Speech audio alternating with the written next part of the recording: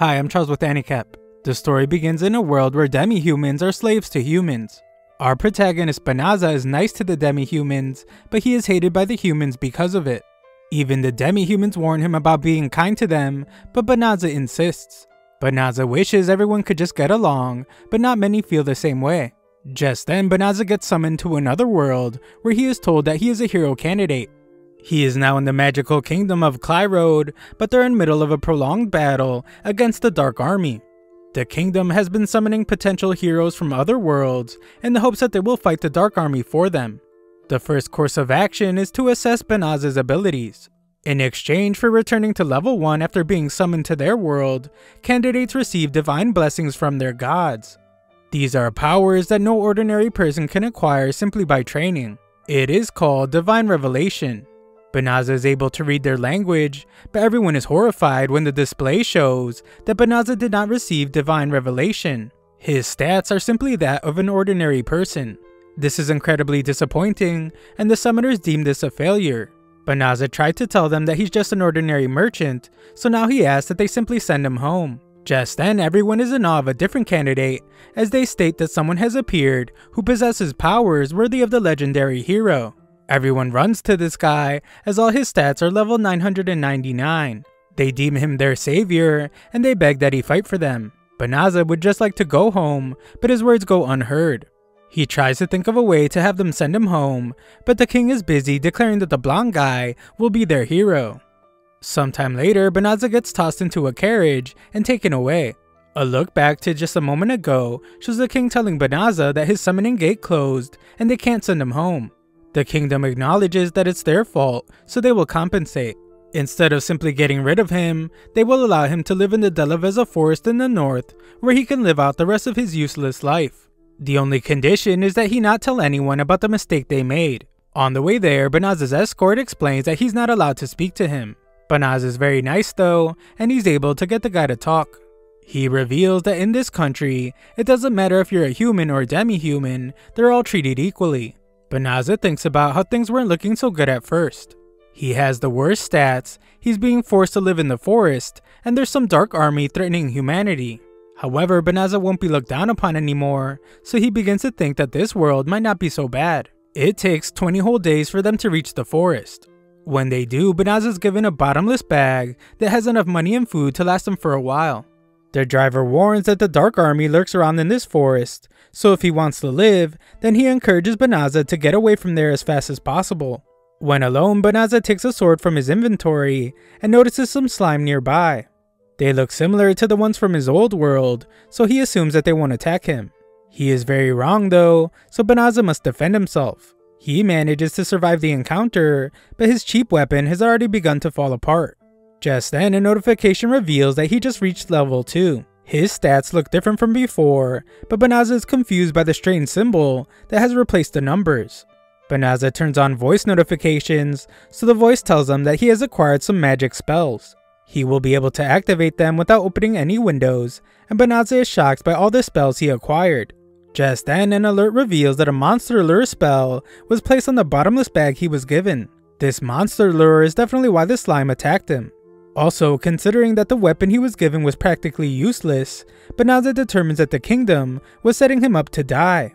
The voice would like to know if he wants to remove the lure spell, so he does, and Banaza wonders why they would use magic that's so easy to get rid of. Banaza goes to look for a safe spot to take shelter, but the notification stops him. It reveals that the forest has a very high concentration of milicium. It's a generic term for liquids or gases emitted by demons. It causes serious harm to humans, so the voice would like to know if he wants to purify the forest. Our unassuming protagonist thinks it's a good idea if that's something the system can do, especially if he will have to live in the forest. The system explains that it will consume 1/3 of his magic, but Banaza figures that he is so powerless that it doesn't matter. Banaza is shocked though when the purification spell activates, and it ends up being a grand display of magic. Just then, the notifications go crazy as Banaza levels up several times. Back at the castle, the princess points out how terrible it was to send Banaza to the forest, especially since everything was all their fault. The worst part about it is that the Dark Army set up their front lines in the Delaveza forest. The king couldn't care less, as he just calls Banaza a useless piece of trash, unfit to be their hero. Just then, the king is urgently told that someone just used the highest holy magic of all, purification. The king is amazed that the golden-haired hero was able to acquire such high-level holy magic already, but he is shocked when he is told that it was not him.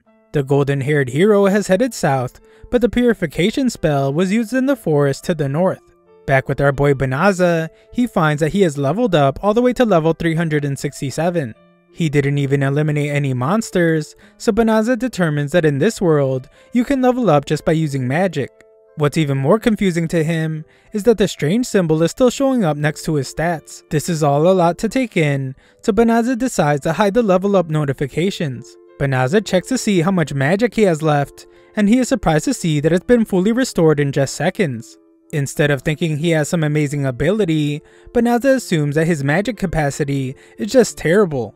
He worries that he might still be in danger, as he assumes that his magic is so weak that it probably didn't purify the forest that well. Banaza is banned from living in the town, so the system recommends that he use shape-shifting magic. This would allow him to go unnoticed, so Banaza gives it a try. He tries out changing gender, but regrets it pretty quickly and changes to something better suited for him.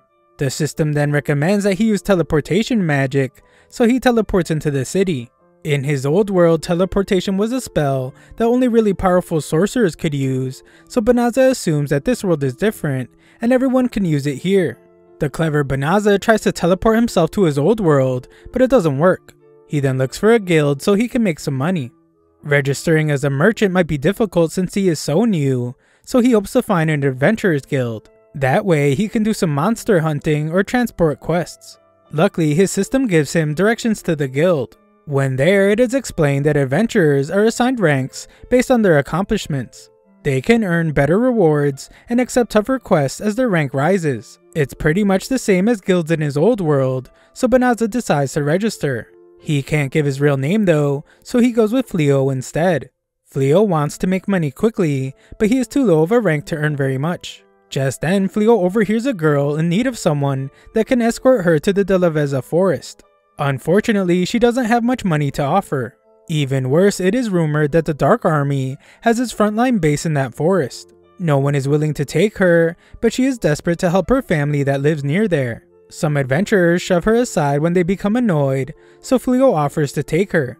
She explains that she doesn't have much to offer, but Fleo says it's not a big deal since he has been there before and he can just teleport them there. Everyone is absolutely shocked to hear him say that he can use teleportation magic, but they don't believe he can use such a rare ability and they just think he is lying. The clueless Fleo is surprised that it's not a beginner spell, especially since it didn't even use that much of his mana. Just then, one of the royal knights named Balarosa demands that he get away from the girl. She declares that Fleo doesn't look like a skilled enough sorcerer to use such an advanced spell, so she is suspicious of him. Her group is just as skeptical, and they all accuse him of planning to do something devious. Fleo realizes that he can't afford to cause any suspicion, so he offers to take them all with them. They go somewhere hidden so he can use teleportation, but Balarosa warns him not to try anything funny. Fleo instantly teleports them, and they are shocked. Teleportation alone is already unbelievable, but he was able to take them really far away. They wonder if he's a great sorcerer of the highest order, but Fleo just tells them that he's a rookie adventurer who can use a bit of magic. They all apologize for treating him so poorly, but he's just glad that they aren't suspicious of him anymore. Just then, the young girl notices that the forest isn't covered by a thick layer of Melicium anymore. Fleo prepares to tell her what he did, but his system warns that it's dangerous to inform a demon about him using purification magic. Fleo is confused by the mention of a demon, but Balarosa and her group aim their weapons at the little girl. The guild has been suspicious of her, so Balarosa demands that she show them her true form. The little girl acts terrified at first, but soon she shocks everyone when she reveals her true self. Her name is Fenris, younger sister of Fengrel of the Infernal Four. She releases enough Melicium to bring all the girls to their knees, and Balarosa is shocked as she wasn't expecting the girl to be a demon related to the Infernal Four. Fenris is impressed to see that Fleo is unaffected by Melicium, so she decides to leave him for last. Fleo manages to save Balarosa, but knows that he won't be able to run away himself while still protecting the four girls. Fleo commands his ability to teleport all the girls away, and he impresses himself when it actually works. Fleo doesn't know why he was chosen to come here, but he refuses to be eliminated before he gets to do anything in this new world. Fleo decides to stand up and fight, so he prepares to try out every single spell he has. Thanks for watching my recap. Sign up to my free newsletter if you want to show some support to the channel. Link is in the description.